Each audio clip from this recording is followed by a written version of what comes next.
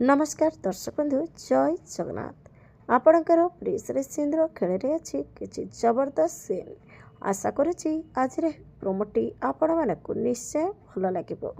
दर्शक बंधु रश्मि टीवी देखी कदली खाई गोड़ उपर गोड़ पकई बसी कदली चोपा सब तले फोपाड़ुव।